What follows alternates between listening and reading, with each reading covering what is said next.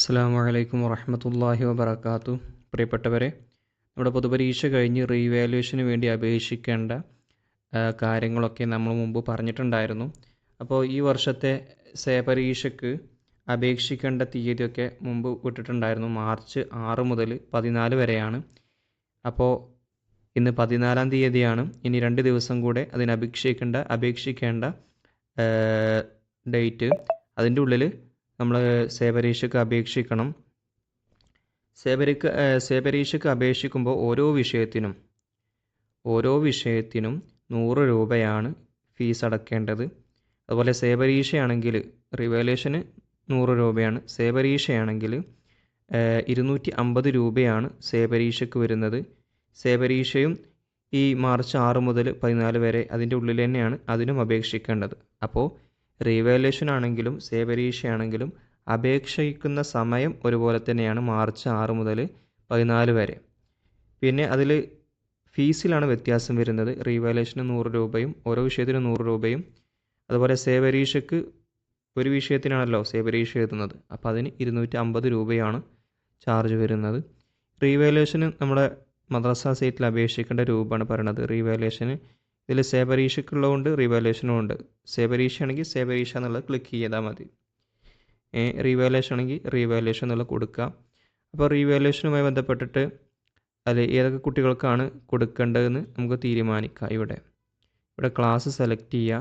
5-ാം class ആണെങ്കിൽ 5, അല്ലെങ്കിൽ 7 ആണെങ്കിൽ 7. ഇവിടെ 7 സെലക്ട് ചെയ്യണം. ശേഷം കുട്ടിയുടെ രജിസ്റ്റർ നമ്പർ ഇവിടെ ക്ലിക്ക് ചെയ്ത് കൊടുക്കണം. ഇവിടെ ഞാൻ 6765 എന്നുള്ള ഒരു രജിസ്റ്റർ നമ്പർ അടിച്ചു കൊടുക്കുകയാണ്. ശേഷം സെർച്ച് ചെയ്യണം. അപ്പോൾ ആ കുട്ടിയുടെ ഡീറ്റെയിൽസ് ഇവിടെ വരും. എന്നിട്ട് ഇവിടെ കുട്ടിയുടെ മൊബൈൽ നമ്പർ ഇവിടെ എൻ്റർ ചെയ്യുക. അതുപോലെ തന്നെ ഏത് സബ്ജക്റ്റിനാണ് കൊടുക്കേണ്ടത്. ഫിഖ്ഹിന് കൊടുക്കുന്നുണ്ടെങ്കിൽ ഫിഖ്ഹ് സെലക്ട് ചെയ്യണം. ഇനി ലിസാനാണെങ്കിൽ ലിസാന് സെലക്ട് ചെയ്യുക. ഏത് വിഷയമാണോ, എത്ര വിഷയങ്ങളുണ്ടോ ആ വിഷയത്തിനൊക്കെ സെലക്ട് ചെയ്യുക. ഓക്കെ, മാർക്ക് ഇവിടെ ഓൾറെഡി കാണിക്കുന്നുണ്ട്.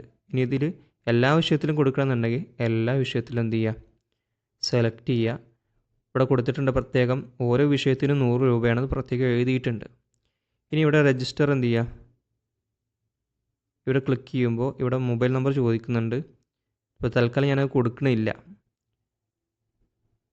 ഇങ്ങനെ കൊടുത്തു കഴിഞ്ഞാൽ പിന്നെ അതിന് ശേഷം ഫീസ് അടച്ച ശേഷം അതിൻ്റെ റെസിപ്റ്റ് എന്ത് ചെയ്യും, കയ്യിൽ കിട്ടും. അതാണ് ചെയ്യേണ്ട രൂപം. അപ്പോൾ ഇതിനുള്ള ഡേറ്റ് ഇനി പ്രത്യേകം ശ്രദ്ധിക്കുക. 2 ദിവസം കൂടെ ഉള്ളൂ. അതിന് മുമ്പ് ചെയ്യേണ്ടവർക്ക് പെട്ടെന്ന് ചെയ്യാം.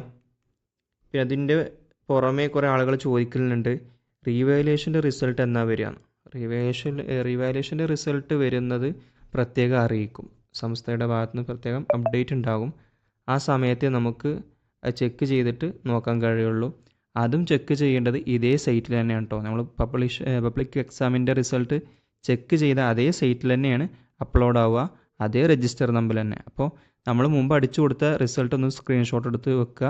അതിന് ശേഷം പുതുതായിട്ട് എന്ത് ചെയ്യും, അപ്ഡേറ്റ് വന്നു കഴിഞ്ഞാൽ ഒന്ന് സെർച്ച് ചെയ്ത് നോക്കിയാൽ മതി. അപ്പോൾ നമുക്ക് അതിൽ മാർക്കിൽ എന്തെങ്കിലും വ്യത്യാസങ്ങളൊക്കെ വന്നതായിട്ട് കാണാം. അപ്പോൾ ആ കാര്യം ശ്രദ്ധിക്കുക.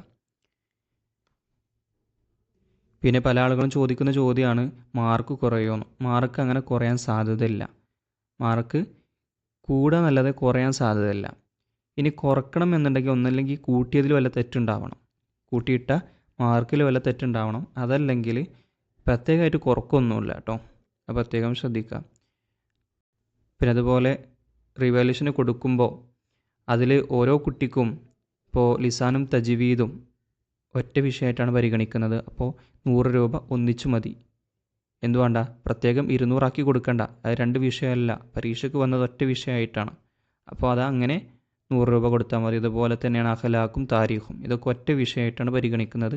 അതുകൊണ്ട് ഒറ്റ വിഷയത്തിനുള്ള 100 രൂപ മാത്രമായിട്ട് കൊടുത്താൽ മതി. അങ്ങനെ എത്ര വിഷയം എടുക്കുന്നുണ്ടോ ആ വിഷയത്തിനനുസരിച്ച് 100 രൂപ വേണ്ടി വരും. എന്നാൽ പരീക്ഷയ്ക്ക് ഒറ്റ വിഷയത്തിലാണ് പരീക്ഷ എഴുതുന്നത് കൊണ്ട് 250 രൂപ മാത്രം ഫീ മതിയാകും. അതിൻ്റെ ഡേറ്റും സമയമൊക്കെ എന്ത് ചെയ്യും, ഉസ്താദുമാരെ അറിയിക്കും. ഉസ്താദുമാരോ അല്ലെങ്കിൽ ക്ലാസ് ഉസ്താദുമാരെ അറിയിക്കും. അതിൻ്റെ സമയം അവർ അതാത് ഡിവിഷനിൽ എന്ത് ചെയ്യും, അവർ പരീക്ഷ നടത്തുന്ന സമയത്ത് അവരത് അറിയിക്കും. ആ സമയത്ത് ആൾ ടിക്കറ്റ് ആ സമയത്ത് എന്ത് ചെയ്യണം, ഓൺലൈനിൽ നിന്ന് ഡൗൺലോഡ് ചെയ്തിട്ട് പരീക്ഷ എഴുതാൻ പോകണം കേട്ടോ. പ്രത്യേകം ശ്രദ്ധിക്കുക. നിങ്ങൾക്ക് വേറെ സംശയം ഉണ്ടെങ്കിൽ താഴെ കമൻറ്റ് ചെയ്യുക. അസ്സലാമു അലൈക്കും വറഹ്മത്തുള്ളാഹി വബറകാതുഹു.